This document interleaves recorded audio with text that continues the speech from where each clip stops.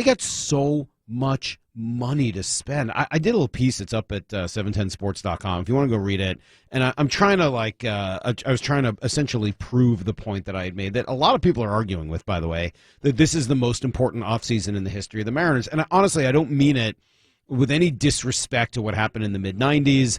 And I do understand that without saving the franchise from leaving, there is no now, right? We're not even having this conversation without that. But because of the way they took back payroll, did the rebuild, took this giant risk, leap of faith, and kind of where everybody's at now, 20 years plus since making the playoffs, I think this is your opportunity. This is your chance to pay it all off. And based on what Spot Rack and some of the others have, they've got $45 million roughly committed to payroll next year, okay? $45 million. If they wanted to get to league average from this past year, they would need to spend $85 million. If they wanted to, and for everybody who thinks the Mariners are cheap, if they want to get to where they were in 2018 before this whole thing started, the rebuild, they spent $155 million that year. So they spent more in 2018 than league average, and certainly more than league average was this year. It wasn't that long ago they were in the top third of spending in baseball, so spare me the whole cheap thing. In order to get to where they were in 2018, they could spend $105 million in free agency. Think about that. Not over time, like on a year-to-year basis, just for this year. They're not going to do that, and I don't think they necessarily should spend $105 million unless they're planning to take the payroll well over $200, which, by the way, I wouldn't have a problem with. But, like, the opportunity is right now. It's a good free agent class. There's some really good players available via trade, and you've got money to spend and a young nucleus that you are ready to build around, not to mention some legitimate assets in the minor leagues. It's go time. My question is, how much are you counting on those young assets being ready by the time you bring in these high-impact players? Because they're supposed to work together. The impact players are not going to carry the young assets, right? Well, I would say that there's both. Yeah, I think you need that combination effect. Your young assets, some of them are already here. No, they're not all here, but Kelnick is here. Raleigh is here, right? Ty Francis, I would still consider a really young player, just a couple of years in. Right? Your young players are here. They've arrived.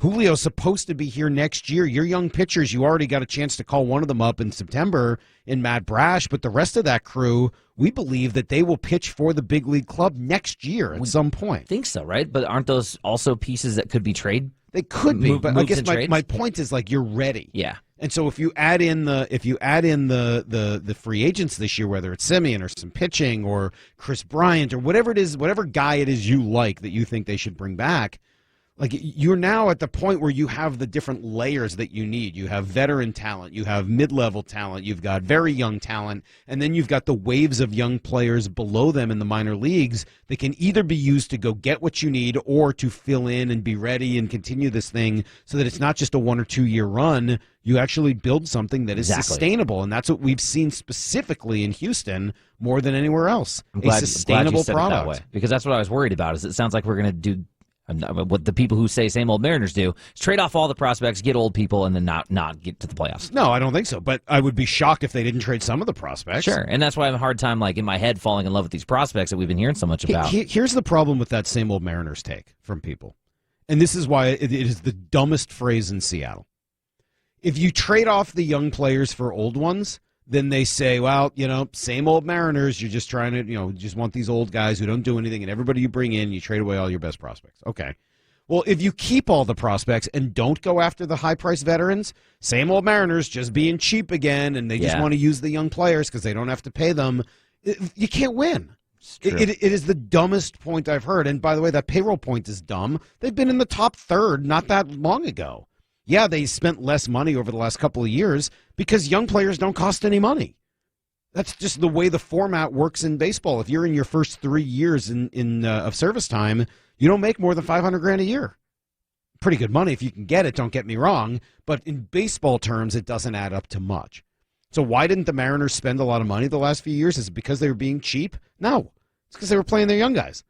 They were letting this young group come up together and see what they had and get that experience necessary so that they can now go take that money and reinvest it into the product. And you're right. Why would we go after and spend all that money on old players when the Astros are still a better team than you, even if you brought in a couple guys that are making $100 million?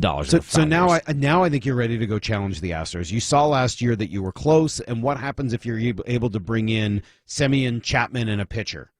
You're a different team. You're a completely different team. We were having this conversation with Aaron Goldsmith yesterday, imagining an infield of Ty France at first, Marcus Semien at second, J.P. Crawford at short, and Matt Chapman at third.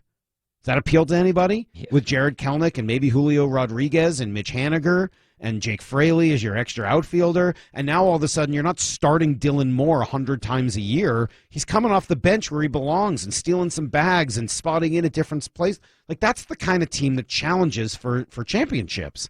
Not the kind of team that just desperately tries to hang on and make a wild card. So I am excited. I'm excited about where all of that goes. We'll talk a little more about it at 7:30 this morning.